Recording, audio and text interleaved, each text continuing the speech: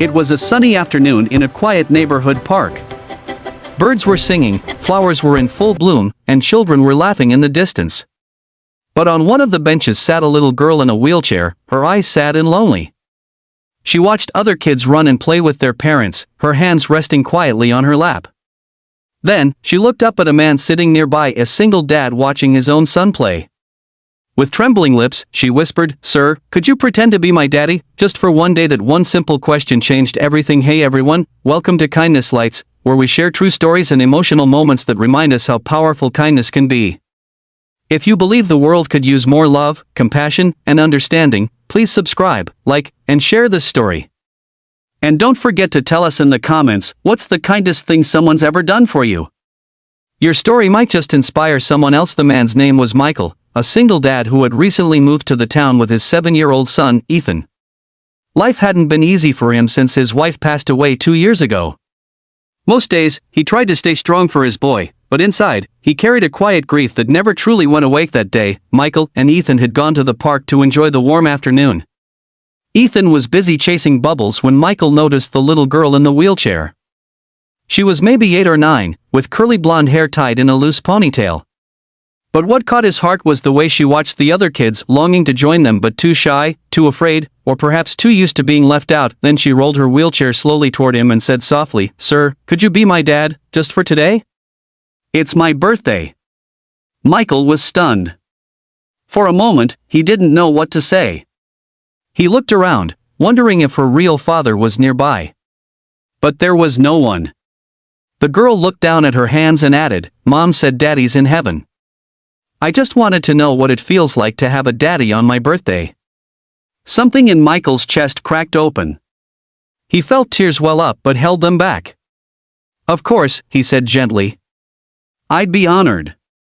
The girl's face lit up with a smile so pure it made his heart ache. "Really?" she whispered. "Really," he replied. "What's your name?" "Lily," she said. "My name's Lily." Michael spent the next few hours being dad for a day. They shared ice cream from the park vendor, played a gentle game of catch with soft foam balls, and even took turns feeding ducks at the pond.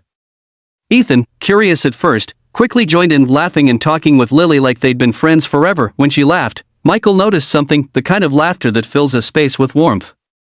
But there was still a shadow behind her eyes. As they sat on the bench later, Lily looked up at him and asked, "Do you think dads in heaven can see us?" Michael took a deep breath. "I think they can," he said softly. "And I think your dad's really proud of you." Her eyes filled with tears, and she smiled. "Mom says the same thing." They sat there quietly for a while, watching Ethan run across the grass. Then Lily said, "You're a good daddy, Mr. Michael." He chuckled. "Well, I try." "No," she said seriously. "You really are." That moment stayed with him. It wasn't just Lily who needed kindness that day, he did too. For the first time in a long time, he felt something healing inside. When the sun began to set, a woman came running up the path, Lily's mom. She looked worried but relieved. "Lily! There you are!" "Mom! This is Mr. Michael," Lily said proudly. "He was my daddy for today." The woman blinked in surprise, then smiled when Michael explained what had happened. Tears filled her eyes.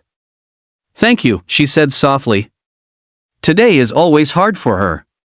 It's the first birthday since her dad passed away. Michael nodded. "She's an amazing kid," he said. Before they left, Lily hugged him tightly and whispered, "Thank you for being my daddy today." He hugged her back. "Thank you for letting me." As Lily and her mom walked away, Michael stood there, watching them disappear down the path.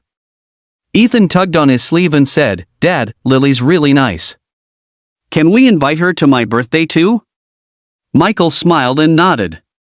"Yeah, buddy. I think that's a great idea." The following week, they did just that. Lily came to Ethan's birthday party, her face glowing with happiness. She played games, laughed with new friends, and even helped Michael cut the cake.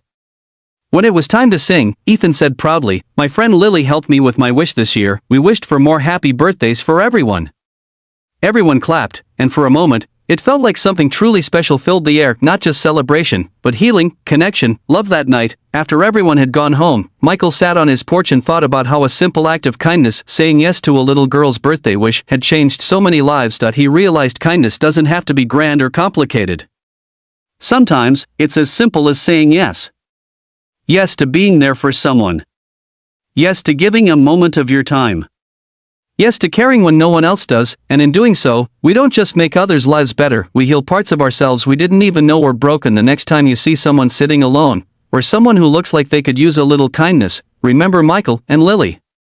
One small act of love can echo further than you can ever imagine, because kindness isn't just something we do. It's something we become. If this story touched your heart, please like, share, and subscribe to Kindness Lights. Let's fill the world with stories that remind us even one day of kindness can change a life forever.